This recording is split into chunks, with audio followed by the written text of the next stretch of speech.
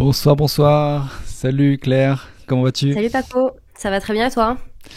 Très bien, merci beaucoup de nous faire le plaisir de passer sur l'atelier ce soir. Très heureuse d'être là, merci pour l'invitation. Merci. Et puis un petit message toujours pour les gens qui nous écoutent. Si vous avez 2 minutes pour nous dire si le son est bon, n'hésitez pas aussi, ça nous aiderait pour pouvoir après avoir une son de bonne qualité pour la retranscription audio. Je vois qu'il y a des gens déjà qui sont connectés. On a Nix, on a Carlos. Et bah c'est cool. Et plein d'autres. On a on a un agenda aujourd'hui un peu différent puisqu'on va parler organisation, planning et puis je vais me faire coacher officiellement, en tout cas en direct aujourd'hui. Donc on va parler des objectifs 2024. Ça va être cool.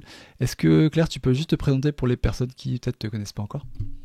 Yes, donc je m'appelle Claire Vitou, je suis coach en organisation, productivité, structuration et mon job c'est d'accompagner les entrepreneurs qui sont encore généralement seuls dans leur business ou qui commencent tout juste à déléguer, à mieux s'organiser, à mieux structurer avec l'objectif de finalement potentiellement travailler un petit peu moins et kiffer encore un petit peu plus sa vie, donc c'est-à-dire rééquilibrer, c'est le premier enjeu généralement. Et puis le deuxième enjeu sur lesquels j'accompagne mes clients, c'est atteindre ses objectifs plus sereinement, c'est-à-dire vraiment avoir un plan d'action clair, savoir par où commencer et notamment passer par cette phase de planification stratégique qu'on verra, je pense, ensemble ce soir. Donc voilà pour mon métier. Et puis j'ai un podcast qui s'appelle Bye Bye Procrastination, sur lequel je partage toutes les semaines des conseils, des points de vue sur l'organisation et sur la productivité. Donc si vous avez envie de creuser ces sujets-là et si ça fait partie de vos préoccupations, n'hésitez pas à aller checker le podcast après ce live. Eh ben, c'est super, je connais beaucoup de gens là, dans le chat là, qui sont concernés justement par cette partie vivre mieux, pas forcément tout, voilà, pas faire de burn-out surtout, c'est ça le premier objectif, avec les responsabilités qu'on peut avoir. On entend mon petit de 2 ans derrière qui crie derrière la porte d'ailleurs. Euh, donc c'est aussi ça, être investisseur. Rassure-nous, il n'est pas en train de mourir, il y a quelqu'un qui gère derrière. Je te rassure, normalement il y a la maman qui va gérer. Ok, Il y tout aura va bien. peut-être il y aura peut-être quelques cris par contre, mais bon, ça fait partie du folklore. Et alors du coup, l'idée, les amis aussi qui nous écoutaient, c'est un petit peu particulier ce soir. C'est on va dérouler un petit peu au travers de mon cas propre en fait les objectifs que moi je me suis fixé, que j'ai d'ailleurs donné publiquement sur ma newsletter et il y a pas il y a, donc il y a pas de problème. Et l'idée, ce serait de développer ensemble des moyens, de discuter un peu des moyens de pouvoir atteindre ces objectifs là et c'est des choses qui peuvent vous aider aussi dans la méthode, dans l'approche qu'on va avoir avec Claire, pas forcément que sur mes objectifs mais sur de manière générale les manières d'aborder en fait les objectifs qu'on peut se fixer. Là on est au début d'année donc c'est exactement le bon moment.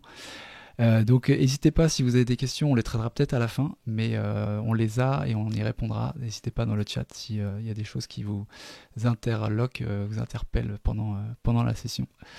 Claire, tu veux démarrer de quelle manière, comment c'est à toi. Moi, la manière dont je démarre toujours les coachings, et je te propose qu'on démarre comme ça, c'est de faire un petit focus positif. Donc en gros, c'est un truc qui t'a fait kiffer dans ta journée ou un truc que tu anticipes et qui va être positif. Ce serait quoi ton focus positif du jour? Partir faire du vélo dans la campagne quand il fait beau. Mais là, c'est l'hiver, il fait froid. Donc c'est un focus positif par anticipation, c'est un truc dans lequel tu te projettes où tu te dis ça va être stylé quand je vais pouvoir partir dans la campagne faire du vélo. Ouais, complètement. C'est la première fois en fait que j'attends ça avec impatience de pouvoir faire ça. Ouais, j'ai emménagé dans la campagne récemment là et de pouvoir faire ça, sentir le bon air frais. Ouais, c'est un kiff quoi. Je comprends carrément. Merci beaucoup pour ce focus positif. Du coup, ce que je t'ai préparé pour cette session, Paco, puisque en gros, si vous avez pas compris encore, Paco va passer sur le grill, il va faire office de cobaye ce soir. Et l'idée, c'est de réussir à vous transmettre à travers les exemples que tu vas nous donner, un petit peu des questions que vous pouvez vous poser sur vos objectifs, aller creuser plus loin que l'évidence, entre guillemets, quand on se pose des objectifs, valider qu'on se met des objectifs réalistes, et puis derrière presque arriver, enfin presque. On va essayer d'arriver à ça dans l'heure qu'on a devant nous, mais en tout cas arriver à un planning de l'année dans lequel on va réussir à poser les blocs qui vont constituer les périodes sur lesquelles on va travailler sur tel ou tel objectif, puisque un des principes pour atteindre ces objectifs, et vous allez voir qu'on va probablement en parler, c'est le principe du focus, c'est-à-dire on peut pas tout faire en même temps. Et donc du coup, comment est-ce qu'on fait entre guillemets pour organiser notre année et pour du coup travailler un petit peu en fractionné sur nos objectifs, un objectif à la fois, ou en tout cas réussir à focaliser notre temps et notre énergie là où c'est important au bon moment. Donc du coup, ce que je te propose de faire, est-ce que Paco, tu peux me confirmer que nos viewers voient l'écran que je partage? Ah, alors attends, je vais le partager tout de suite parce que moi je le verrai de toute façon. Là, on devrait le voir, ouais. Dites-nous dans le Super. chat si c'est le cas, ouais. Pareil dans le chat, ouais. Si vous pouvez nous dire que si on voit bien l'écran, puisque du coup on a un petit support de travail, puisque on n'est pas là pour trier des lentilles, hein, on va travailler ce soir. Du coup, ce que je te propose, Paco, si c'est ok pour toi, c'est que la première étape sur laquelle on va aller, c'est simplement de faire la liste des objectifs que tu veux atteindre. Donc moi, je vais faire office de scribe entre guillemets, et je vais noter au fur et à mesure ce que tu me partages, et après derrière on va enchaîner avec le processus pour faire la petite checklist de ce à quoi un objectif doit correspondre. Est-ce que ça te va? Ouais, très bien, très bien. On a. Alors, moi, je m'étais fait une liste de 10 objectifs, du coup. C'est peut-être Ouais, alors vas-y, je un peu t'écoute. ambitieux, mais. Mais vas-y, on note les 10 et puis comme ça on part de ce point de départ là. Ok. On avait donc déjà, moi, ma activité, c'est création de contenu et l'immobilier. Hein, je fais de l'achat-revente d'immobilier. Donc, la première, c'était de tenir 52 newsletters, donc une par semaine. Ok. Toutes les semaines. La deuxième, c'est. Tu veux que je détaille un peu là-dessus ou... Pour l'instant, on fait la liste, genre en mode la wish list, et ensuite on détaillera si besoin. Donc 52 newsletters, ok. Le deuxième, donc, c'est reconstruction du corps. Donc ça passe par, enfin, salle de sport, 1 heure, 5 jours sur 7. Ok. Mais bon, ça c'est plan d'action, mais l'objectif, ça serait de reprendre du muscle en fait au travers de séances de sport, voilà, classique.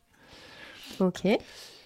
J'avais aussi noté que je voulais en fait densifier en fait mes partenariats, enfin les relations avec les gens. Retrouver les anciennes relations et puis les fortifier. Donc c'était reconnecter avec 10 personnes, faire des appels sortants vers 10 contacts par semaine, que ce soit moi qui prenne l'initiative de rappeler 10 personnes par semaine. Ok. Après, on passe sur des objectifs plus chiffrés sur l'activité marchand de biens. Là, je voulais générer 100K de marge.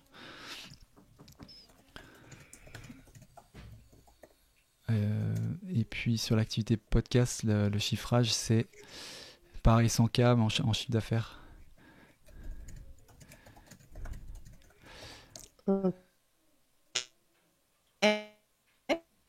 Ouais. Là, si j'ai bien compté.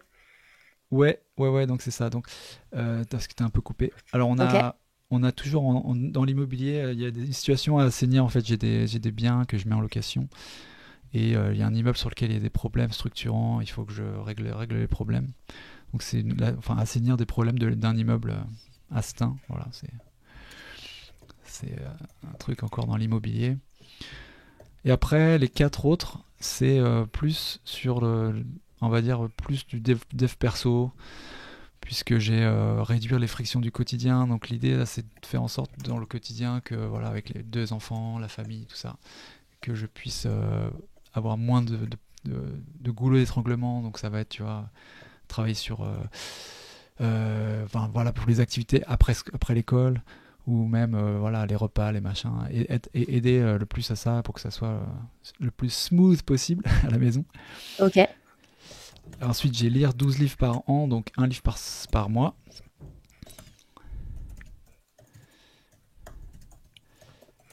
Donc un fonctionnement smooth à la maison, lire 12 livres, donc 1 par mois.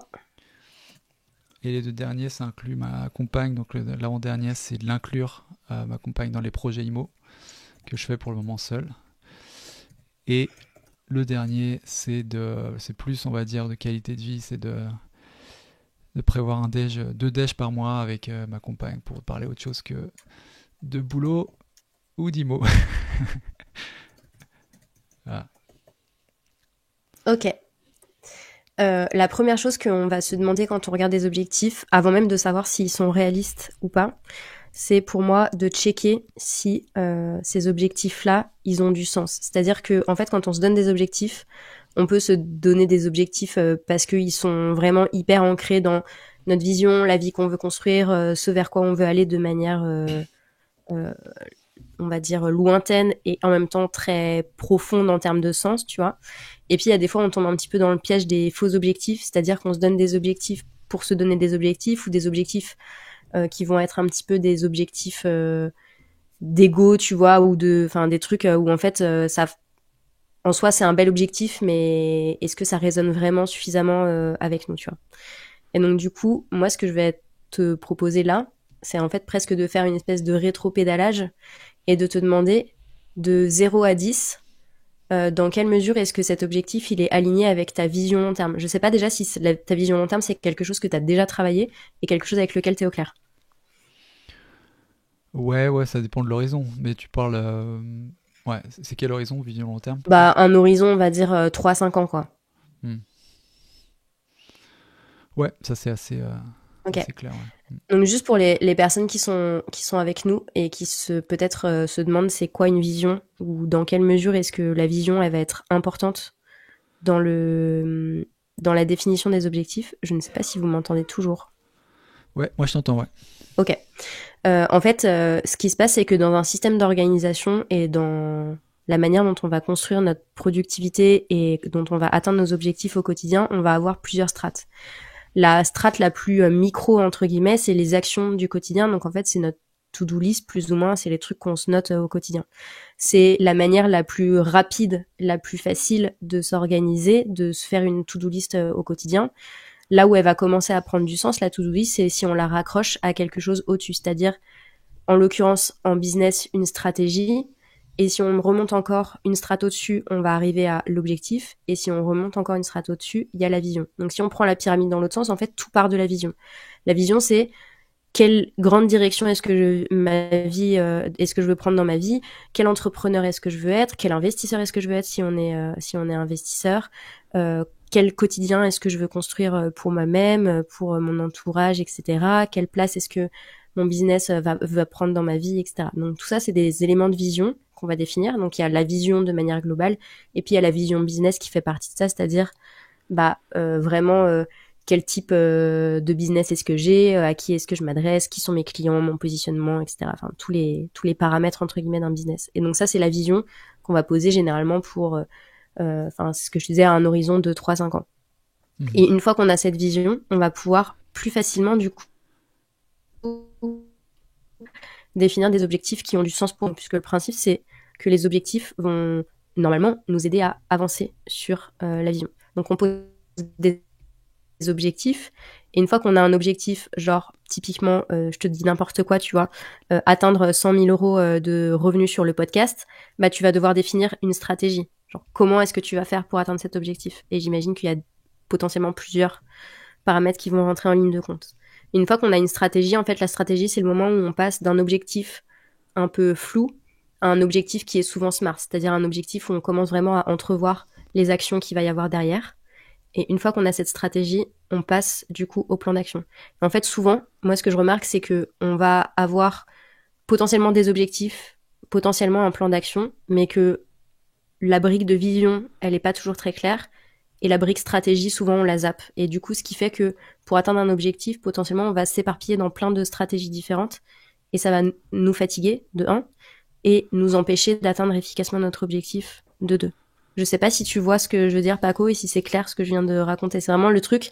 Si je reprends un exemple que je donne tout le temps, tu vois, sur le côté objectif stratégie. Si mon objectif, c'est de manger un gâteau au chocolat au goûter, j'ai plein de stratégies possibles pour faire ça. Je peux aller l'acheter, je peux le cuisiner, je peux acheter une pâte toute préparée, je peux acheter un truc préparé et rajouter des ingrédients. Tu vois ce que je veux dire? Toutes les routes Mhm. peuvent mener à Rome en quelque sorte, et c'est hyper important de se pencher sur cette question de la stratégie. Mais pour revenir à ce que je disais, du coup, juste avant, euh, la première étape quand on va définir des objectifs et c'est vraiment de valider est-ce que cet objectif-là, il est aligné avec ma vision. Ouais. Et tu dis les trucs qu'on zappe, c'est l'objectif et enfin, c'est la vision et la stratégie, c'est ça? Ouais, souvent, ce qu'on zappe, c'est la vision, parce que soit on ne prend jamais le temps de le faire, soit c'est un peu vague, on sait pas trop ce qu'on met dedans, etc. Et du coup, bah, on a du mal à formuler cette vision. Et la stratégie, parce que, en fait, alors, potentiellement, on le fait sans mettre ce mot là-dessus, mais souvent, ce que je remarque, c'est que on va se donner un objectif, bah, typiquement, quand on est entrepreneur ou investisseur, on va se donner un objectif de revenus, tu vois, de marge, de chiffre d'affaires, mais en fait, on va pas forcément poser la stratégie derrière. Et en fait, ce qui va être hyper important, bah, c'est de poser une stratégie, parce qu'il y a plein de manières de faire pour atteindre un objectif, et plein de stratégies possibles pour le faire, en réalité. Ouais, c'est là où, d'ailleurs, on pourra en reparler, mais c'est là que je trouve c'est difficile parce que sur un objectif, tu peux avoir plusieurs stratégies qui sont aussi viables et Ouais. dont et pour lequel, enfin là, je pense surtout sur la partie immobilier, et pour lequel, comme elles sont viables et que leur réussite ne dépend pas forcément de moi, j'ai l'impression. Enfin, j'ai pas envie de me fermer des portes, si tu veux. Mais peut-être qu'il le faudrait. Mais tu vois, T'as un exemple précis par rapport à ce que tu dis? Parce ouais, que bah, moi, j'y connais rien en immobilier, donc faut éclairer ma lanterne. ouais, non, mais c'est assez simple à comprendre. En fait, si tu veux, là, j'ai un objectif de 100 000 de marge. Et d'ailleurs, les gens qui nous écoutent, parce qu'il y a des investisseurs, peut-être qui pourront nous dire ce qu'ils en pensent. Ça peut être fait de plusieurs façons. Ça peut être fait sur 5 opérations, 5 deals pendant l'année, à 20 000 Ouais. de marge chacune. Ce qui, sur le papier, est beau, mais ce qui n'arrive jamais, parce que ou ça peut être en 2 opérations, voire même une opération très juteuse qui va te prendre toute l'année, qui va être très compliquée, mais au bout de laquelle tu vas générer le même niveau de marge, tu vois, Ouais. au final. Donc, et le problématique que je me trouve par rapport à ça, c'est voilà, c'est est-ce que c'est moi qui décide. A priori, oui, je suis quand même, je décide des affaires sur lesquelles je vais me porter. Mais il y a toujours un petit peu dans la deuxième voix dans dans ma tête qui me dit est-ce que je me ferme pas des portes à accepter des trucs qui pourront, tu vois, me faire rapidement atteindre cet objectif de 100K sans avoir à faire autant d'affaires. Après, de ce que j'entends, c'est forcément un pari en fait que tu fais, et enfin, faut accepter, je pense, le côté incertain nécessairement d'une stratégie. C'est la même chose dans n'importe quel type de business en soi. Quand tu décides d'une stratégie, il y a une partie qui est dans ta zone de responsabilité, et puis plein d'autres, enfin, il y a plein de paramètres qui sont pas dans ta zone de responsabilité. Je pense notamment au marché, quel que soit le business que tu as, que ce soit de l'investissement ou autre chose. Tu n'es pas maître de ce qui se passe sur ton marché, que ce soit vers le positif, genre un marché facile, porteur, ou vers le plus compliqué, c'est-à-dire un marché où c'est difficile, où j'en sais rien, par exemple, pareil, je suis pas du tout spécialiste en immo, mais j'imagine que le marché immobilier ces derniers temps, ça a pas été la folie avec les prêts, etc. Bah en fait, ça, tu ne peux pas savoir ni en avance, ni être responsable de ça. La seule chose que tu peux faire, c'est ajuster ton tir au fur et à mesure que tu vois les évolutions des paramètres, en fait. Et après, je trouve ça intéressant ce que tu dis sur le côté comment, en fait, c'est un peu comment est-ce que tu choisis la bonne stratégie pour ton objectif. Et sur ça, je vais vous donner la botte secrète que je partage. Je suis assez radine de partage sur cette botte secrète là, parce que c'est quelque chose qui, je trouve, a beaucoup de valeur. En fait, on peut, quand on définit un objectif et qu'ensuite on va faire des hypothèses sur le chemin à emprunter pour l'atteindre, on peut utiliser une matrice de priorisation, ou en tout cas une matrice qui va nous permettre de guider nos choix. Et moi, la matrice que j'utilise, c'est une matrice qui est issue en fait du développement informatique et qui s'appelle la matrice Rice, et qu'on peut adapter en fait à la mise en place de stratégies. La matrice Rice, en gros, c'est une matrice où tu vas lister les stratégies possibles. Donc, je te dis n'importe quoi. Alors, moi, je t'avoue que je connais beaucoup plus les business classiques, entre guillemets, tu vois, où tu fais de l'acquisition de clients, etc. Mais imaginons que tu te dis, par exemple, pour le podcast, bah, en fait, pour atteindre 100K, il faudrait que j'ai plusieurs stratégies possibles. Soit j'augmente mon coût par, le coût en fait pour l'annonceur de chaque écoute, je te dis n'importe quoi, tu vois.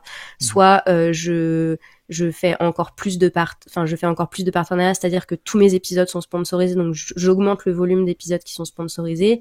Soit j'augmente le volume d'écoute en restant sur le même nombre de clics. En fait, j'ai plusieurs stratégies possibles qui potentiellement vont être complémentaires, mais peu importe. Donc en gros, je liste toutes les idées que je pourrais avoir pour passer de X à 100K de chiffre d'affaires sur le podcast. Et en fait, ce que je vais faire après, c'est que je vais prendre toutes ces idées-là, je vais les lister dans une matrice, donc RICE, et je vais noter sur 4 critères. Le premier critère sur lequel je vais noter, c'est un critère de rapidité. Dans quelle mesure est-ce que cette stratégie que j'envisage, est-ce qu'elle va porter ses fruits rapidement ou est-ce qu'elle va porter ses fruits plutôt sur le long terme? Donc ça, c'est le premier critère, la rapidité. Ensuite, le deuxième critère, c'est un critère d'impact. Donc, à quel point est-ce que ce truc-là, il va avoir un impact fort ou faible, tu vois, sur mon objectif. À quel point est-ce que à quel point est-ce que le bras de levier, il est puissant ou pas, hein, au final, c'est un petit peu ça. Ensuite, le troisième critère, c'est la confiance. Donc, de 0 à 10, à combien est-ce que je suis en termes de confiance, tu vois, sur ma capacité à atteindre, déployer cette stratégie et à la mettre en œuvre. Et puis, le dernier critère, ça va être l'effort. C'est-à-dire, donc, qu'est-ce que ça me coûte en termes d'effort, en termes de ressources, etc. À quel point est-ce que ça va me demander un effort de faire ça. Et du coup, une fois qu'on a ces 4 critères-là, donc l'idée c'est de noter non pas ligne par ligne, genre je note chaque stratégie sur chaque critère, mais plutôt colonne par colonne. Donc en fait, je prends toutes les stratégies, je les note d'abord toutes sur la rapidité, toutes sur l'impact, toutes sur la confiance et toutes sur l'effort. Et une fois qu'on a ça, en fait, on va faire la note de rapidité fois la note d'impact fois la note de confiance divisé par la note d'effort. Et ça nous donne en fait une espèce d'indicateur de quelle va être la stratégie gagnante entre guillemets sur notre objectif. Alors évidemment, ça reste un indicateur, donc c'est à nous de prendre la décision derrière, d'évaluer les choses potentiellement un petit peu plus finement, et puis aussi de choisir une stratégie qui nous convient, puisqu'il y a la note de la matrice RICE, mais il y a aussi ce que je disais, la vision, notre personnalité, ce qu'on a envie de faire ou pas, tu vois. Donc il y a plein de paramètres qui rentrent en ligne de compte.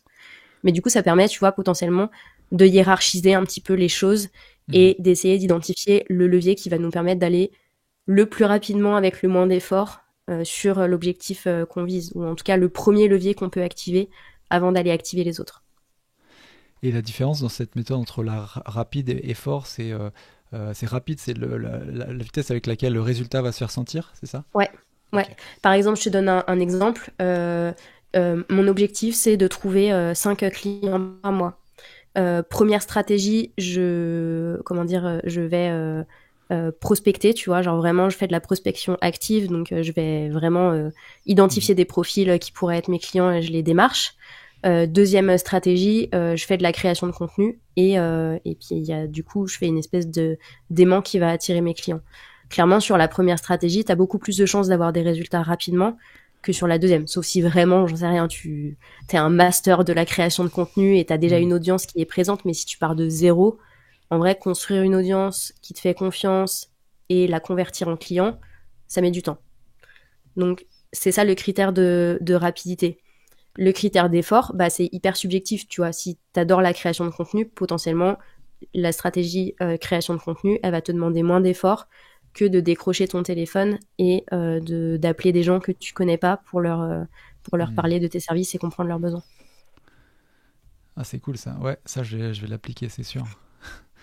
Pour les différencier les stratégies, ouais, ça peut être vraiment intéressant. Donc c'est pour ça que pour moi la partie stratégie, on n'en parle presque jamais, tu vois, c'est un truc un peu qu'on a tendance à soit sous-estimer, soit oublier. Mais le fait de se mettre au clair sur la stratégie qu'on veut adopter, ça permet après d'éviter, tu vois, toutes les questions que tu te poses en te disant oui mais là peut-être ce serait une opportunité et tout. Après, une fois que tu as une stratégie établie, c'est est-ce que l'opportunité qui se présente, est-ce qu'elle est alignée avec la stratégie? Oui, non. Et si c'est non, en fait, soit tu changes de stratégie parce que vraiment tu peux pas passer à côté, mais dans la plupart des cas, si tu as déjà lancé ta stratégie, l'idée c'est plutôt de rester sur ta ligne de conduite pour éviter de t'éparpiller et de perdre du temps, quoi. Excellent. Tu veux que je te donne des éléments là-dessus ou... Bah ouais, moi je veux bien que tu me donnes des éléments sur justement. Alors déjà, ma première question, ça va être pour chaque objectif, c'est pourquoi. C'est-à-dire pourquoi cet objectif-là. Quel est tu vois, dans quoi est-ce qu'il s'inscrit, pourquoi 52 newsletters, pourquoi la reconstruction du corps, et après la stratégie, tu vois. Donc si on prend les 52 newsletters par exemple, c'est quoi le pourquoi profond du truc, tu vois. Ça, c'est ouais, ça pour moi, c'est dans la catégorie relation, en fait, de renforcer Ouais, des relations de qualité sur le moyen terme et développer ma crédibilité, mon réseau.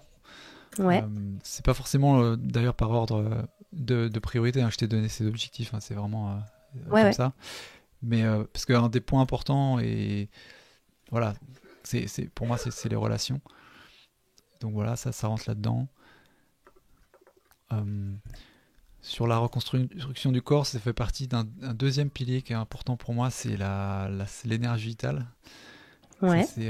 donc, parce que c'est ça qui va guider le reste de mon année, donc c'est la préserver avant tout. Et euh, là, depuis la naissance de mes deux petits, je t'avoue que j'ai pas forcément retrouvé, tu vois, voilà, l'énergie, tu vois, que j'avais auparavant. Donc j'aimerais beaucoup la retrouver. Donc c'est un peu l'idée. Euh, l'autre c'est pareil, hein, ça va dans la catégorie relations aussi, celle-ci. Ok. Densifier les relations. Sur les chiffrages, enfin, donc que ça soit sur le marchand ou sur le podcast, les chiffres que j'ai donnés, en fait, c'est ce que j'aimerais moi, mais c'est pour poursuivre l'idée que les finances restent avant tout un objectif prioritaire pour moi, et c'est-à-dire en gros couvrir tous les besoins financiers de la famille, quoi. Que Ok. j'ai pas de besoin de me dire qu'est-ce que on va manger des pâtes ce mois-ci, quoi. Tu Oui, en gros, t'as pas envie d'avoir à compter, quoi. vois. Ouais, c'est ça. Ok. Donc le podcast, c'est pareil, on va dire. Yes. Mais tu vois, sur ça, je trouve ça hyper important de remettre. Enfin, pour moi, c'est quelque chose que je trouve hyper important d'avoir vraiment du sens dans les chiffres. Parce que sinon, tu peux vite être dans une espèce de truc de croissance à tout prix, tu vois, et de je veux toujours plus, entre guillemets, mais derrière, qu'est-ce que ça va te servir à faire? Quel est le sens? Ouais, quel est le sens? Quel est le but, en fait, de ces chiffres-là, quoi. Et je trouve que ça, c'est important de le garder en tête en filigrane quand on pose des objectifs. Euh, ok. Et sur le pourquoi de l'assainissement, du coup, c'est quoi le pourquoi ça va te servir? Qu'est-ce que ça va Là, c'est du t'apporter? locatif, ça rentre aussi dans la catégorie de finance, Ok. mais aussi dans la santé, parce que c'est une charge mentale plus qu'autre chose, en fait, ce truc. Ouais. Et ça va me plomber tant que je prends pas l'initiative d'aller régler les problèmes, en fait. Donc j'ai pas envie d'attendre qu'il y ait un accident, enfin un accident, hein, tu vois, un dégât des eaux, un machin, pour y aller Yes. en mode réaction, mais je veux plutôt y aller en avant, en mode action, récupérer les trucs, enfin voilà, changer la toiture, enfin voilà, c'est des trucs de limo, quoi. Ouais. Réduire les frictions, ça fait partie aussi de santé, énergie vitale, clairement.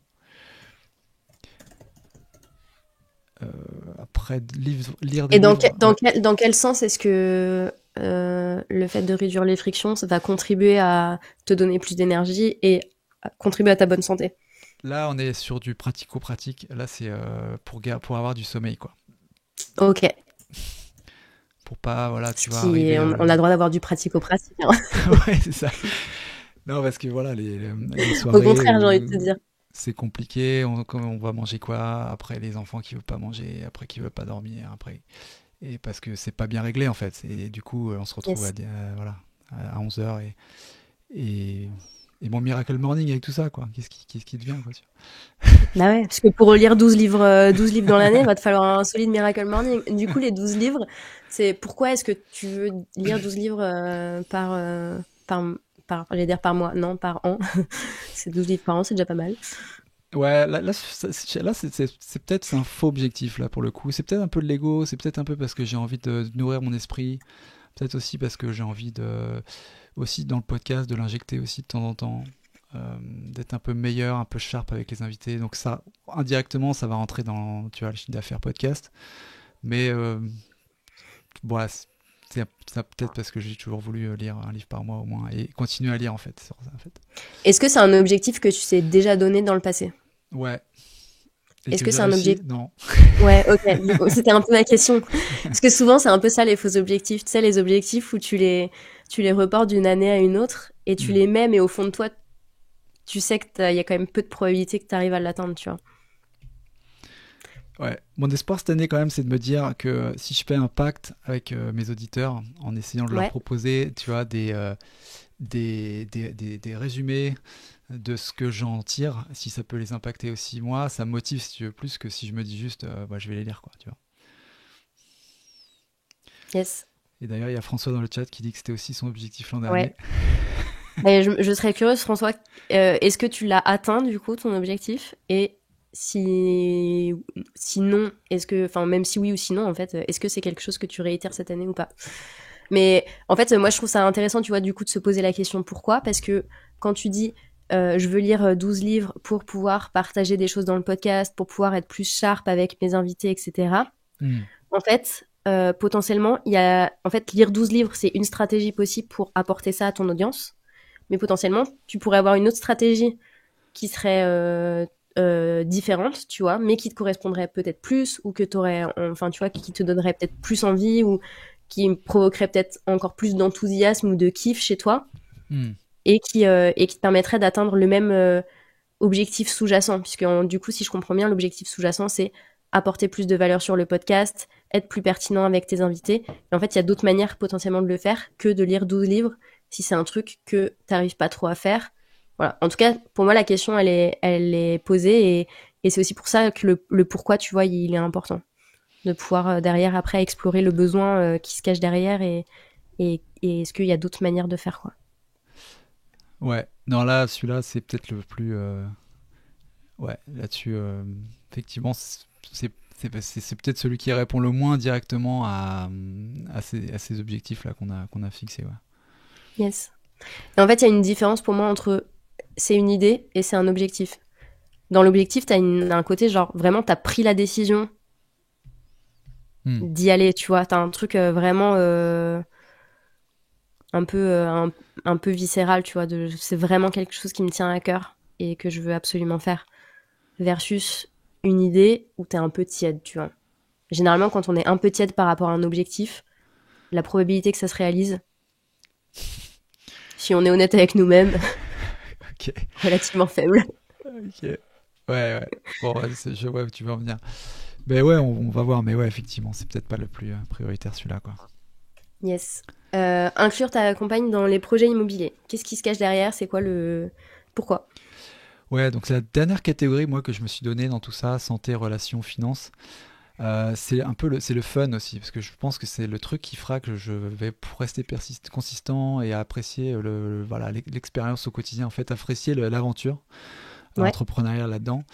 Et, euh, et je sais que voilà, c'est en partenariat, donc ma compagne ne travaille pas aujourd'hui, et je sais qu'elle est intéressée par l'IMO, et je pense que c'est le bon moment maintenant pour peut-être commencer à, tu vois, la faire venir dans ce cercle-là aussi, et de partager les trucs, parce que ça ne sera pas pour cette année, mais je pense que moi je vois à moyen terme, si tu veux, c'est un truc qu'on fera à deux, tu vas construire l'empire entre guillemets, enfin les choses dans l'IMO, ça sera à deux, et enfin j'ai envie que ça se fasse à deux, et voilà pourquoi je me dis que ça peut être un...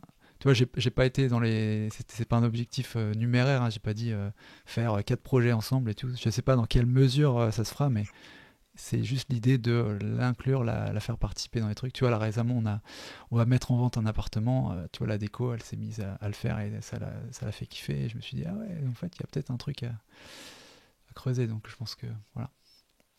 Ok. Hyper intéressant. Et du coup, prévoir deux déjeuners par mois pour discuter autre chose de, si j'ai bien compris, la logistique familiale et les Ouais, projets immobiliers. ouais, ça Euh, c'est plus aussi objectif long terme, préparation d'objectifs long terme, en me disant que c'est un truc aussi dans les relations aussi, qu'un truc qu'il faut que je... C'est pas un truc qu'il faut que je fasse absolument, genre avec une deadline, c'est plus un pense-bête de pense à continuer à nourrir, tu vois, la relation, qui n'est pas que juste qui va changer les couches, qui va faire à manger, tu vois. ouais. C'est de voilà, donc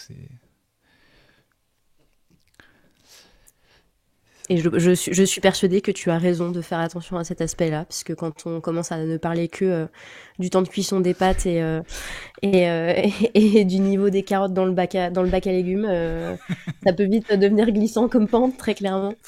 Ah, Moi, sur ça, si tu me permets ouais. simplement de te donner un petit warning sur les objectifs qui vont inclure d'autres personnes, et c'est valable pour n'importe quel type d'objectifs qui vont inclure d'autres personnes.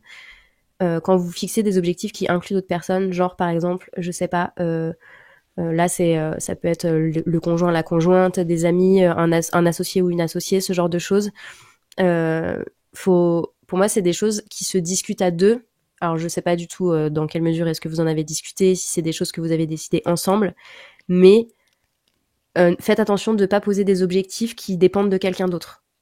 En gros, quand tu poses un objectif qui va dépendre de quelqu'un d'autre, bah du coup c'est un peu 50-50 quoi. C'est-à-dire que tu es en train potentiellement de lier ton niveau de satisfaction ou en tout cas de lier cet objectif aux paramètres d'une autre personne qui elle a peut-être d'autres envies, un autre timing, etc. Et ça pour moi c'est quelque chose auquel il faut rester attentif pour éviter éviter du coup à la fois de mettre des attentes sur l'autre et qui du coup derrière peut potentiellement générer de la frustration parce que en fait l'autre ne répond pas à nos attentes. Mais Hmm. en fait du coup c'est pour ça que les objectifs qui incluent d'autres personnes, pour moi c'est des choses qui se discutent à deux et qui se posent qui à deux ou plus en fonction du nombre de personnes, et en tout cas qui se décident pas seulement pas de manière unilatérale, en mode je sais pas, si je disais demain bah moi je veux que mon mec rentre dans mon business, bah je vais peut-être lui demander son avis avant quoi. Je caricature mais t'as l'idée quoi. T'en Ouais, penses quoi ouais. toi? Ouais, ouais, complètement. Bah, parce qu'en fait, c'est le seul truc sur lequel tu as le contrôle, c'est ce que toi, tu t'engages à faire, en fait. Et si Ouais, effectivement, tu complètement. commences à laisser le contrôle, tu vas avoir la frustration d'un truc qui n'est pas dans ton contrôle à toi. C'est ce qu'on veut éviter absolument, quoi. Yes. Et après rien n'empêche, enfin pour moi c'est des trucs dans tous les cas, notamment les projets de collaboration, etc. Quelle que soit la nature de la relation qui est le point de départ de la collaboration. C'est des choses qui se testent aussi sur enfin, tu vois, je pense que du coup, c'est des choses que vous faites déjà, mais des petits projets, des petits trucs pour voir un peu comment est-ce qu'on travaille ensemble, quelles sont les appétences de chacun, etc., quoi. Et ça, c'est Mm. vrai dans n'importe quelle situation où on est plusieurs sur un objectif. Mais du coup, hyper important, ouais, d'aligner aussi les visions sur cette dimension-là quand on commence à poser des objectifs conjoints, quoi. Yes, ça marche. D'ailleurs, tu penses quoi aux objectifs chiffrés ou pas chiffrés, juste pour savoir si. Pour moi, il y a, enfin, en fait, moi, j'estime que, tu sais, il y a tout un truc autour des objectifs SMART. Il faut absolument que ton objectif il soit SMART, etc. Mm. Mais c'est un peu ce qu'on disait tout à l'heure par rapport à la question de la stratégie. Tu peux avoir un objectif qui, en soi, sur le papier, n'est pas SMART parce qu'il n'y a pas de chiffres, mais avec une stratégie ultra solide derrière. Et du coup, en fait, tu vas atteindre ton objectif. Comme tu peux avoir un objectif SMART, mais sans aucune stratégie, et tu tapes, ça sonne creux. Et du coup, derrière, t'as pas vraiment de base pour atteindre ton objectif. En revanche, ce sur quoi je suis assez persuadée, c'est que une fois que t'as posé un objectif, c'est hyper important d'avoir des indicateurs quand même. C'est-à-dire même si t'as pas un objectif chiffré, même si ton objectif c'est pas le chiffre, d'avoir Mhm. des indicateurs. Je te dis n'importe quoi, je veux j'en sais rien, tu pourrais dire, toi, je veux améliorer la satisfaction de mes locataires, tu vois. Mhm. Bah, peut-être que ton indicateur, ça va être le temps moyen du locataire dans tes appartements, et que du coup, ton objectif, c'est de faire en sorte qu'il y ait moins de turnover. Enfin, tu vois ce que je veux dire? Mm. Et donc, en fait, c'est plus des indicateurs à suivre. Et derrière, l'objectif, il va être un peu flou, mais tu vas suivre un certain nombre d'indicateurs qui vont te permettre de savoir est-ce que tu vas dans le bon sens ou pas, quoi. Tu vois ce que je veux dire? Mhm. Ouais. Donc pas trop se lier à un chiffre particulièrement, en fait. Bah, sur les trucs ultra, enfin, typiquement, les objectifs financiers, à un moment, faut arrêter d'essayer de couper les cheveux en quatre. Genre, oui, tu mets des chiffres, ça, c'est logique, et c'est même hyper important, je pense, de mettre des chiffres sur certains objectifs. Mais c'est aussi possible d'avoir, sur certains aspects, des objectifs qui sont pas chiffrés. Et tu vois, de dire, nourrir la relation en prévoyant 2 déjeuners par mois en tête à tête, etc. Ça peut être 2, ça peut être 1, ça peut être un déjeuner, une sortie autre. Enfin, en fait, en soi, c'est pas très grave. C'est est-ce que tu prends du temps régulièrement pour nourrir la relation? Oui, non. Après, moi, j'ai tendance à croire quand même que, notamment sur le côté perso et notamment sur le côté relation, les objectifs de moyens, à un moment, si tu commences à tout mesurer dans ta vie, tu te retrouves vite au goulag et c'est toi-même qui as construit la clôture, quoi. Très bien dit. Donc voilà, moi je suis un peu, je pense que c'est important, mais qu'il faut pas non plus vouloir mettre des chiffres partout à tout prix et qu'il y a probablement certains trucs sur lesquels c'est chouette d'avoir un peu de légèreté et de place à l'adaptation et à l'improvisation. En revanche, sur les trucs business, je pense que c'est quand même bien d'avoir des chiffres et d'avoir des indicateurs qui sont un peu solides, quoi. Yes. Donc ça c'est donc ça c'est mes objectifs. Moi mon souci un petit peu, enfin quand je les regardais comme ça, je les observais, c'est de me dire justement comment faire en sorte que tout ça soit compréhensible et digeste quoi sur mon année quoi. En fait. La question c'est de savoir dans quelle mesure est-ce que déjà de 0 à 10 là, j'écarte juste celui-là si on se dit on sait Ouais. pas trop encore si on a vraiment besoin de l'atteindre ou pas. Mais là, de 0 à 10, dans quelle mesure est-ce que tu penses que c'est réaliste d'atteindre tous ces objectifs? Euh, Moi je me donne une bonne chance. Enfin je me donne un bon 7. Ok, Je pense que la marge pour moi sera pas. Enfin, la marge entre 7 et 10, c'est pas forcément sur le manquement d'un de ces choses-là, c'est plus sur peut-être pas au niveau où je l'aurais anticipé, mais où je l'aurais ok, établi. Mais ok. C'est-à-dire, par exemple, sur quel objectif est-ce que tu te dis, je sais pas si ce sera vraiment au niveau auquel je l'aurais établi. bah, si je réagis pas à 100 cas de chiffre d'affaires en podcast ou 100 cas de marge, mais peut-être 80, 85, tu vois, je serais parti de cette année en marchant zéro, podcast peut-être 40, 45. Euh, et ça sera déjà, tu vois, j'aurais quasiment doublé. Donc j'aurais quand même Ouais, vu cette progression. Mais ça, je veux pas me faire cette analyse au début. Je veux en fait attendre, me donner ça en fait comme objectif pour essayer d'aller le plus haut possible, d'essayer de les atteindre objectivement. Mais voilà, dans le sens où, voilà pour moi la raison forcément pour laquelle je les atteindrai pas. En revanche, je pense que je vais toucher à chacun au moins les 3 premiers mois de l'année. ok. Donc, tu veux dire que tu veux, sur tous les objectifs, tu vas progresser sur les 3 premiers mois de l'année, c'est sûr. Bah ouais, enfin, tu vois, en général, je me connais. Le début, ça va faire ça. Enfin, je vais essayer en tout cas je vais mettre le max de mon effort au début. Et Ouais. quand j'abandonne des objectifs, ça se passe en général plutôt à partir du deuxième trimestre que ça part en vrille, si jamais il y a Ok. besoin, quoi. Mm. Donc, jusqu'à mars, t'es genre pied au plancher. Et après, et en avril, il y a les beaux jours qui arrivent, tu retrouves ton vélo, la campagne et l'air frais, et t'as Exactement. vachement moins envie d'avancer sur tes objectifs, c'est ça? T'as compris de ma psychologie. C'est un peu ça. Je te rassure, on est tous un petit peu comme ça, mais justement, c'est pour ça que pour moi, Mm. c'est important de planifier un petit peu les choses et de pas forcément tout lancer dès le départ, parce que c'est le meilleur moyen, du D'accord. coup, de toucher à plein de choses, mais d'aller au bout de pas forcément grand-chose. Donc, sur le premier point que tu disais, sur le côté, je sais que je vais avancer sur cet objectif, même si j'atteins pas forcément la cible que j'ai définie, notamment sur la partie chiffres. Alors là, c'est toi qui vois si tu veux garder ce truc-là de dire bah je vise je vise les étoiles pour arriver sur la lune entre guillemets, tu vois, c'est-à-dire je vise haut pour être sûr d'atteindre un certain chiffre, ce qui est une stratégie comme une autre, et ça dépend beaucoup de la psychologie personnelle et de la manière dont on fonctionne. Pour les gens avec qui ça fonctionne pas trop, pour les personnes qui nous écoutent, euh, il y a une stratégie qu'on peut adopter sur le fait de se fixer des objectifs qui est la méthode BMW. Je sais pas si ça parle à certaines personnes. La méthode BMW, c'est en fait le fait de se donner un objectif, donc genre, je vais augmenter mon chiffre d'affaires, et puis de faire des espèces de paliers de réussite, un peu comme si tu mettais, tu vois, des niveaux dans Mario Kart, quoi.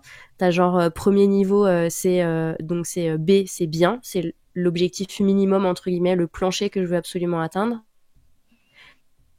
Le M, donc l'objectif du milieu, c'est le mieux, c'est mieux que c'est le meilleur objectif que je peux atteindre. Donc c'est vraiment l'espèce de point médian.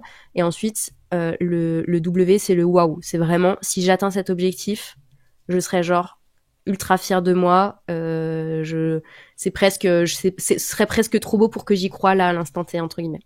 Et le fait de se donner des espèces de paliers d'objectifs, ça peut aider derrière à ajuster un petit peu son plan d'action et puis aussi à quand même avoir de la satisfaction. Si t'es au B mais pas au M, bah c'est pas très grave, t'as quand même atteint dans un certain sens ton objectif et du coup ça te permet de quand même avoir la satisfaction de dire ok je suis arrivé jusqu'à la ligne quoi. Donc ça c'est le premier truc. Donc ça peut être un truc intéressant pour les gens notamment qui ont peur de se fixer des objectifs par peur de pas les réussir, parce que du coup ça permet un peu de moduler l'ambition et puis les attentes qu'on a derrière sur les objectifs. Et le deuxième truc du coup c'est ce que je te disais, je pense que c'est un peu, moi ça me paraît ambitieux. Après peut-être que tu es une machine Paco et que tu es un surhomme qui ne dort pas et qui a une énergie à revendre et que en effet tu vas réussir à lancer tous ces objectifs en même temps sans flancher au mois d'avril. Si on est un petit peu rationnel, je pense que c'est souvent plus facile d'échelonner en fait les chantiers dans l'année et d'avoir on va dire 1, 2, 3 chantiers ouverts en même temps que d'avoir tout en même temps. En fait, il faut imaginer un petit peu ta capacité de travail et puis la manière dont tu vas avancer, un peu comme si tu avais des onglets ouverts sur ton navigateur internet, tu vois. Genre, t'as 1, 2, 3 onglets ouverts, ok, ça passe encore, tu vois, t'as encore la bande passante pour faire en sorte que ça tourne. T'en as 10, 15, 20.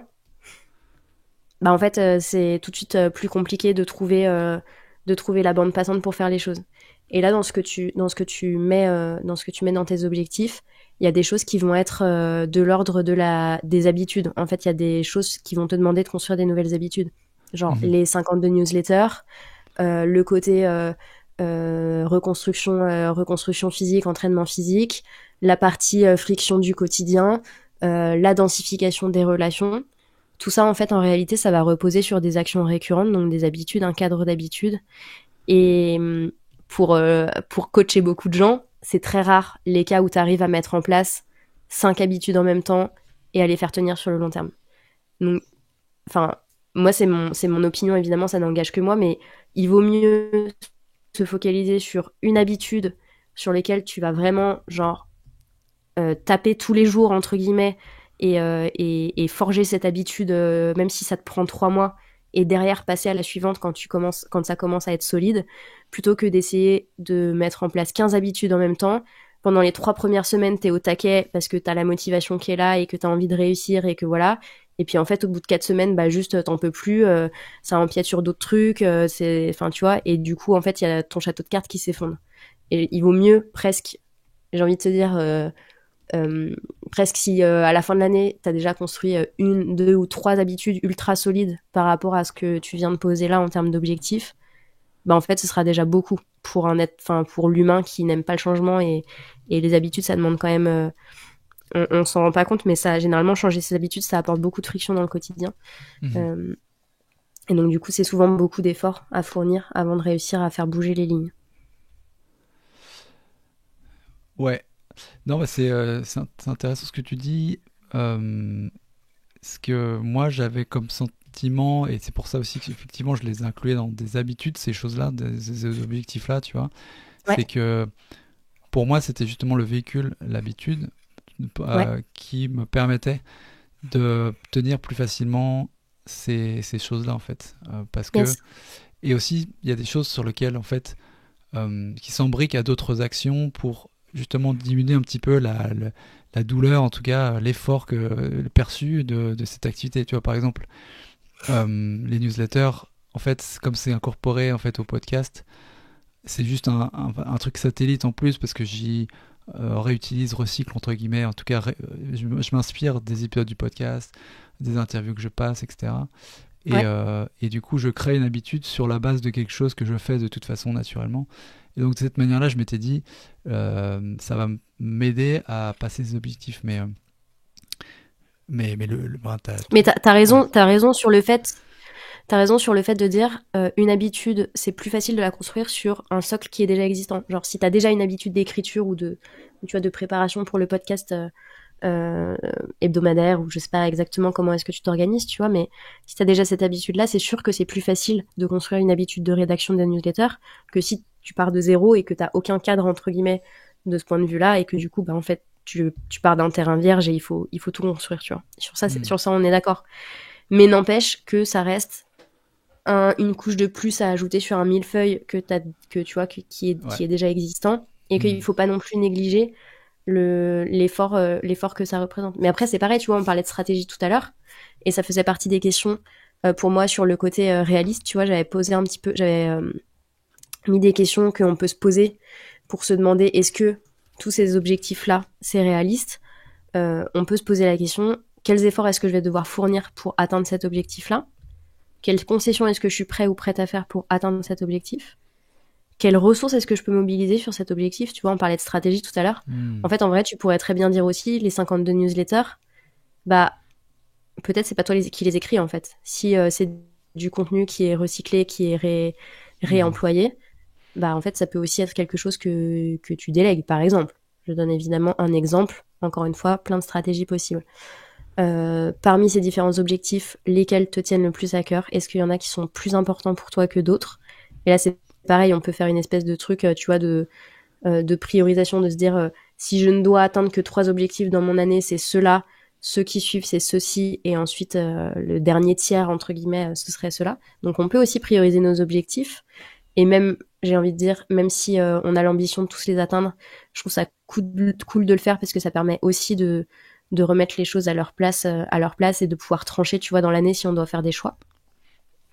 Et puis parmi ces objectifs, lesquels me rapprochent le plus de ma vision, encore une fois, tu vois, c'est toujours pareil, c'est est-ce que tu as des objectifs qui sont plus micro, qui sont plus macro? En fait, dans les objectifs que tu as posés là, ils n'ont pas tous le même impact, je pense, sur le développement de ton entreprise et sur le développement de tes différentes activités de manière générale, et du coup derrière sur la vision que tu peux avoir toi pour ta vie et tes business dans quelques années, quoi.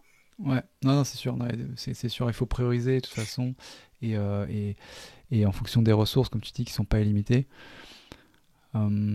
Justement, ce que je voulais, ça c'est clair, mais une fois qu'on a fait cet exercice, ce que je voulais voir avec toi, c'est comment, euh, euh, ouais, comment, ouais, donc il y a cette temporalité dont tu m'as parlé là, qui voudrait Ouais. dire qu'en gros, on fait par palier, on fait on peut imaginer, dès le début d'année, on écrit, par exemple, cet objectif-là, je le démarre au deuxième trimestre, au troisième trimestre.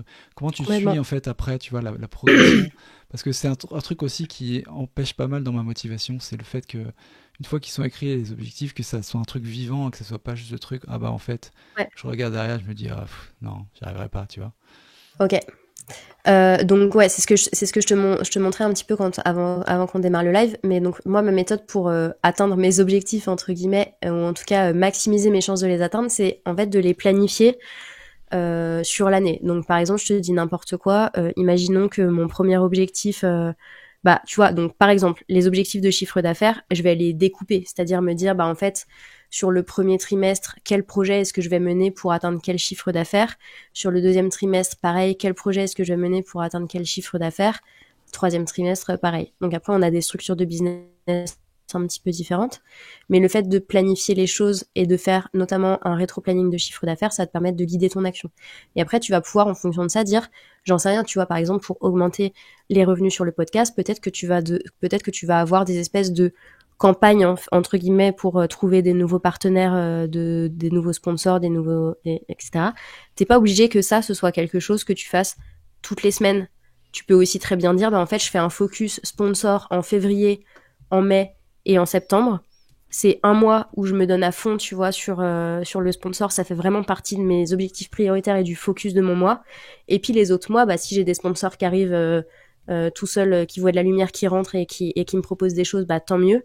Mais c'est pas forcément des moments où je vais être spécialement proactif sur la recherche de sponsors. En fait, c'est un peu de ça dont on parle, c'est de vraiment réussir à poser des blocs et à avoir des focus à certains moments. Donc tu pourrais très bien dire, tu vois, par exemple, premier focus de l'année, je vais vraiment assainir cet immeuble-là, assainir tous les problèmes de l'immeuble parce que c'est une épine dans mon pied, que ça me crée de la charge mentale, que c'est relou, que ça me cause du souci, etc.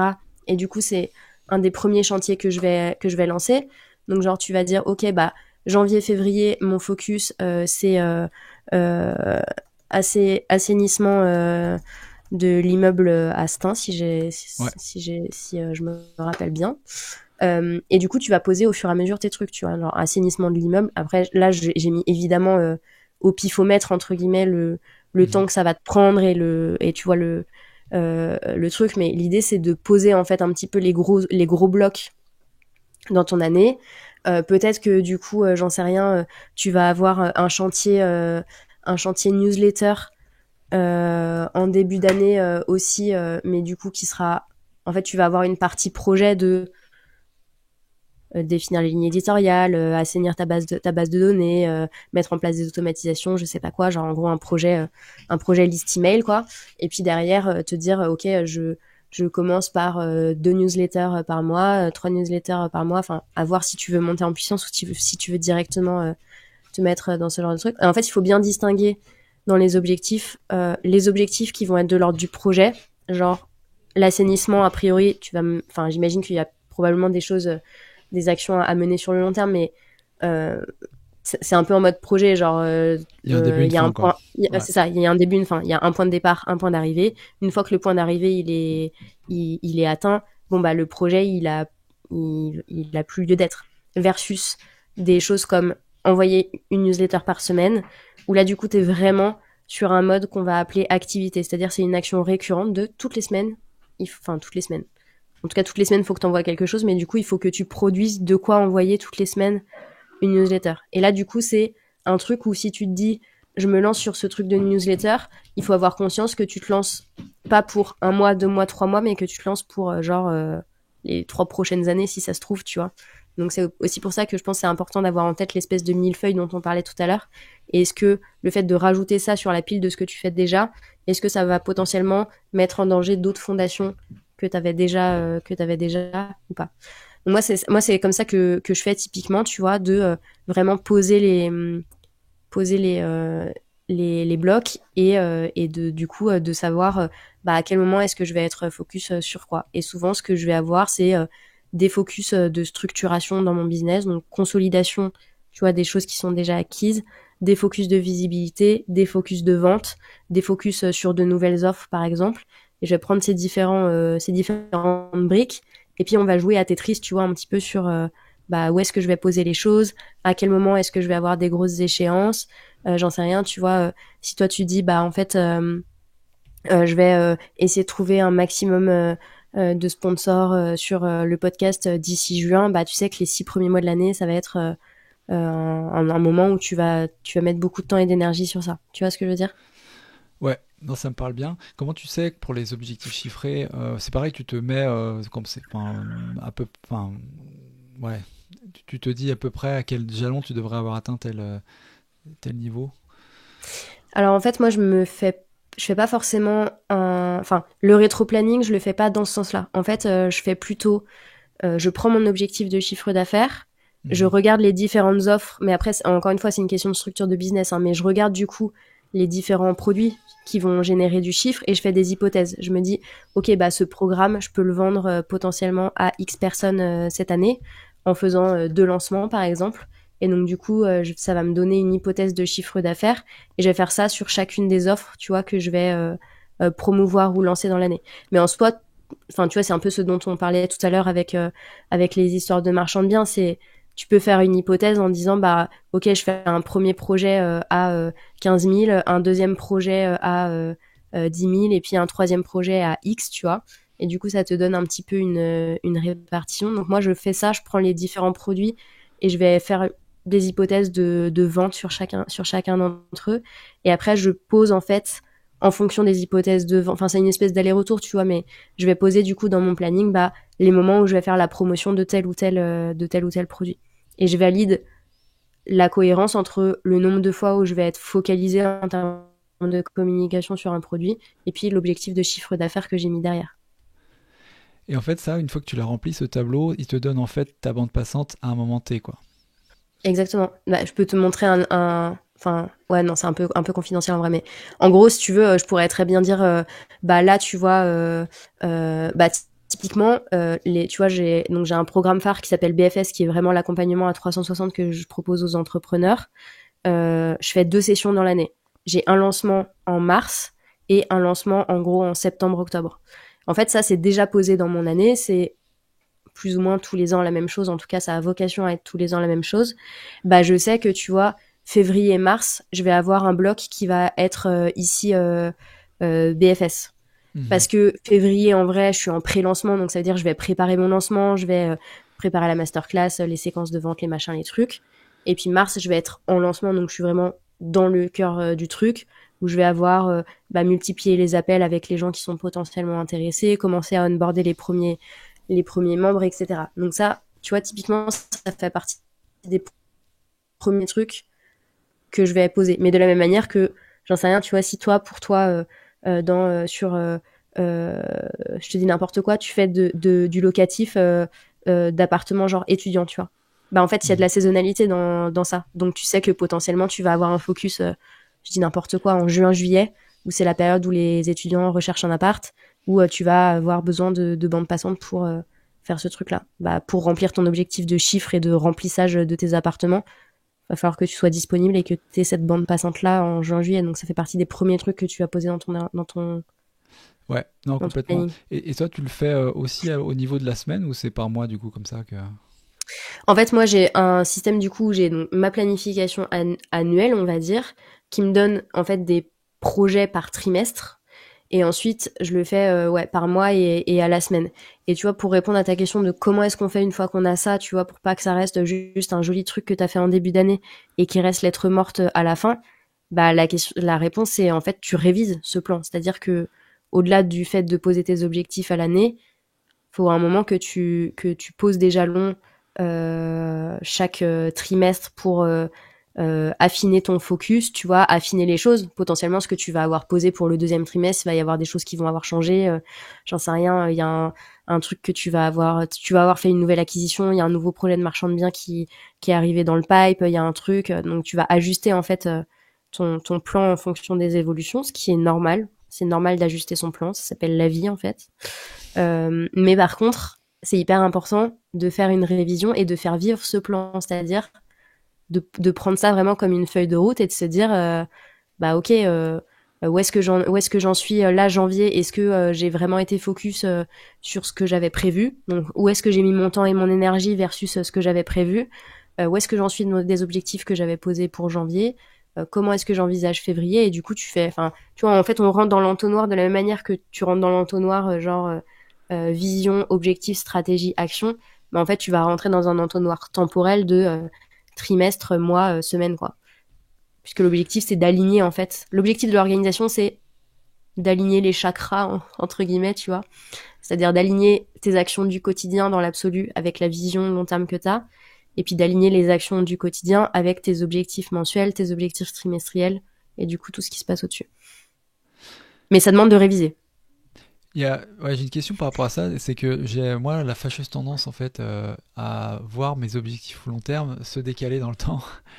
Euh, et par exemple, je dis n'importe quoi, Ouais. on est au milieu d'année et ce que j'aurais dû faire en une demi-année, mais en fait je l'ai pas forcément fait. Et du coup, les objectifs de cette année civile là, ils vont pas pouvoir être atteints, sauf si tu vois, c'est pas réaliste de penser que je vais doubler sur le deuxième semestre. Et donc je pourrais m'être tenté de dire bon bah de toute façon ma vision long terme elle reste la même. Donc en fait je vais tout simplement me, me mettre sur les 12 prochains mois plutôt que me mettre sur l'année civile et puis continuer à poursuivre cette vision avec ces objectifs là. Mais voilà, pour tous les accomplir il va me falloir 6 mois de plus, tu vois. Comment Ouais. tu fais ça? Bah ouais, tu fais ça en fait. Enfin, genre Ok. pour moi l'année civile, c'est, enfin on s'en fout un peu quoi. Si tu veux. Là en Mhm. gros on structure comme ça parce que en début d'année ça permet d'avoir une vision sur l'année qui vient, mais en soi on pourrait tout à fait faire le même exercice en étant en juin et on s'en fiche en fait de savoir que décembre c'est dans 6 mois. On s'en fout de décembre. Enfin je veux dire décembre ou janvier. Enfin je sais pas si vous avez remarqué, mais entre entre une année et une autre, il y a juste une nuit, quoi. Enfin, tu vois ce que je veux dire? C'est pas ça qui va faire la différence. Donc pour moi, Mais donc déjà en revanche, tu peux avoir, excuse-moi de te couper, en revanche, Ouais, vas-y, je t'en prie. tu peux avoir quand même des nouveaux objectifs qui apparaissent. Ouais. Et tu vois, c'est ça en fait. Est-ce que tu te bornes en te disant tant que mes 12 mois là, les objectifs des 12 mois n'ont pas été complétés, je prends rien d'autre? Ou est-ce que tu incorpores de nouveaux objectifs tu vois, dans ta révision? Pour moi, quand il y a un nouvel objectif qui arrive, alors sauf si tu as un planning là, tu vois, annuel qui avait à trous entre guillemets, et du coup il y a de la place pour autre chose.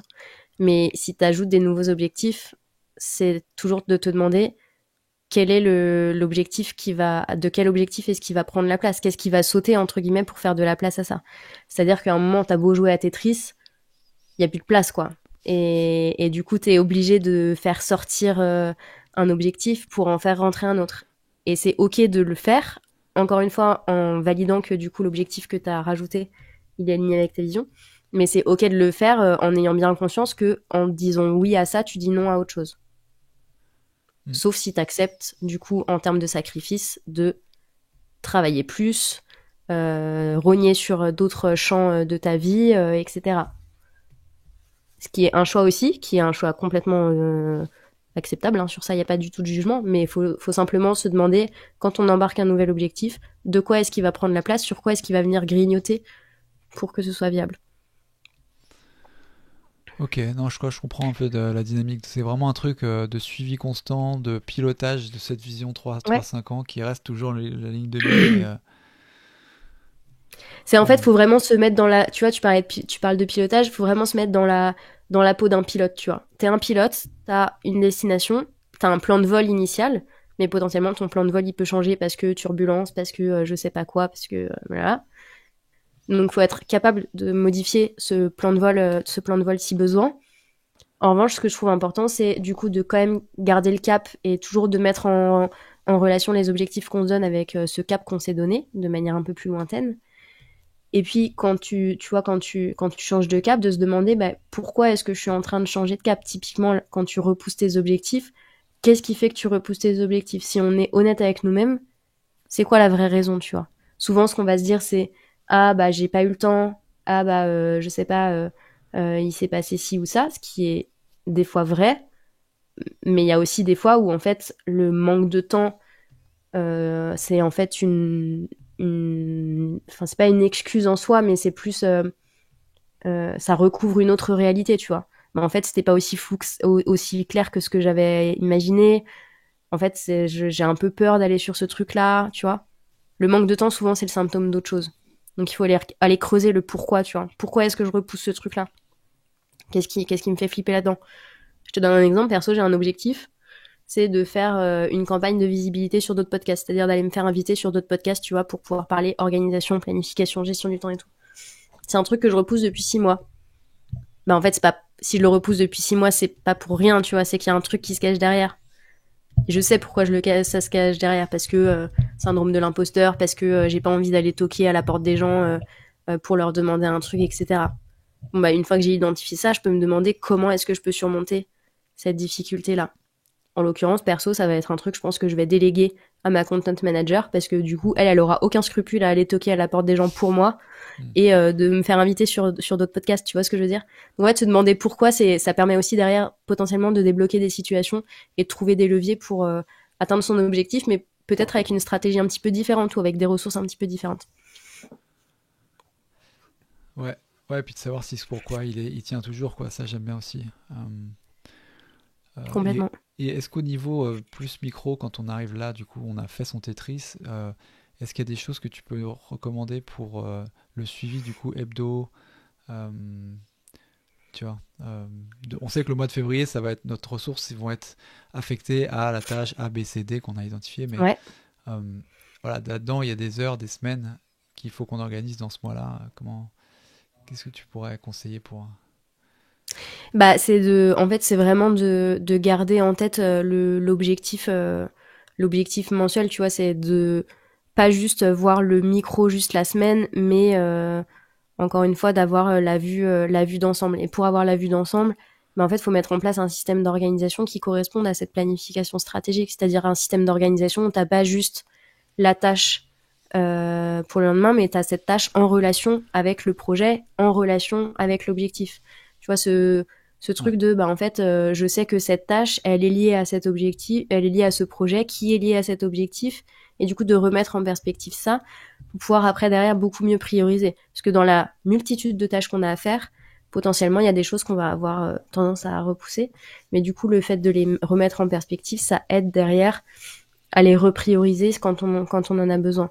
Et après il y a pas de secret, hein, c'est vraiment une question d'habitude d'organisation et de pouvoir régulièrement, et quand je dis régulièrement, ça va être pour certains toutes les semaines, pour d'autres tous les mois à minima. Le mensuel c'est vraiment le minimum, enfin vraiment avoir moins que ça, c'est pas réaliste en vrai pour pouvoir suivre des objectifs et pour pouvoir les faire avancer. Mais c'est à minima avoir une révision mensuelle de où est-ce que j'en suis, qu'est-ce que j'ai fait, qu'est-ce qui reste à faire, comment est-ce que je réajuste le plan pour que ça tienne dans ce que j'ai dans les choses que j'ai planifiées, quoi. Ça marche. Bah, écoute, on arrive au bout du temps imparti. Je sais pas si on aura réussi Yes. à aller tout vraiment. Enfin, il y a sûrement les 40 000 trucs de plus à faire, mais moi, ça m'a beaucoup éclairé en tout cas sur la façon de tenir mes objectifs, de voir aussi celles qui sont importantes, sur lesquelles je vais peut-être revoir ma copie pour le coup. Ouais.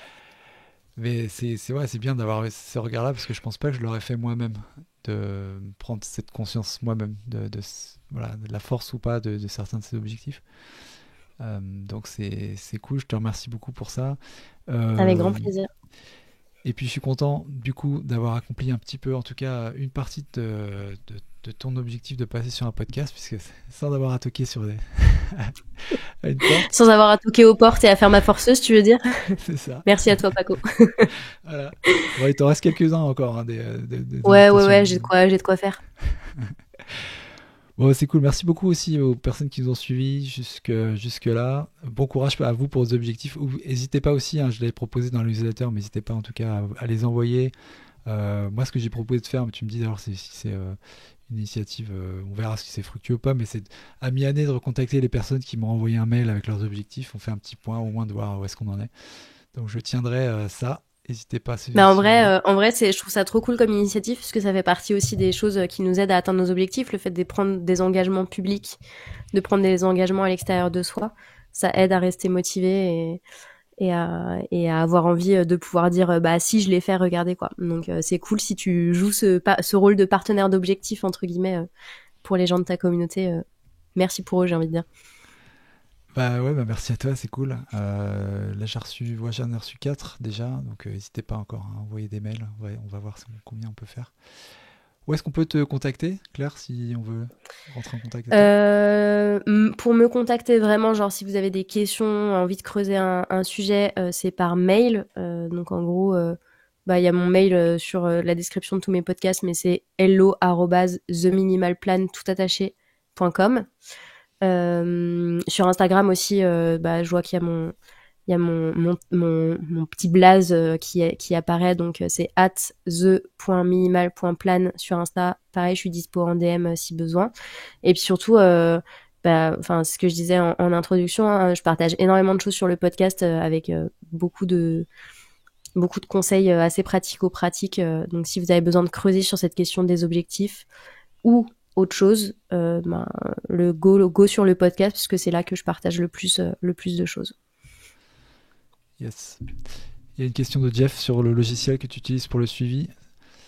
Donc moi je suis dans la team Notion. Donc pour les gens qui ne connaissent pas, c'est un outil de organisation, wiki, gestion de projet qui permet de faire beaucoup de choses, mais en l'occurrence notamment de faire du suivi d'objectifs, parce qu'on peut poser des objectifs, les relier à des projets et ensuite les relier. Moi j'ai ce que j'appelle une espèce de master list, donc c'est une liste où je mets toutes les tâches et qui derrière me permet de les relier à des objectifs et à des projets, et donc de faire le suivi comme ça de l'avancée des projets et de l'avancée des objectifs en utilisant Notion. Donc voilà, ça demande un petit effort d'apprentissage, on va pas mentir, puisque c'est un logiciel sur lequel on part de zéro pour implémenter tout ça. Mais par contre, c'est extrêmement puissant pour faire plein de choses. Ouais, je sens poindre l'atelier Notion avec toi, Claire, un de ces quatre, quand tu auras... Avec grand plaisir. Un truc Il faudra un petit peu plus qu'1 heure par contre, hein, parce que si on part vraiment de 0-0 sur Notion, il y a pas mal de choses à expliquer, quoi.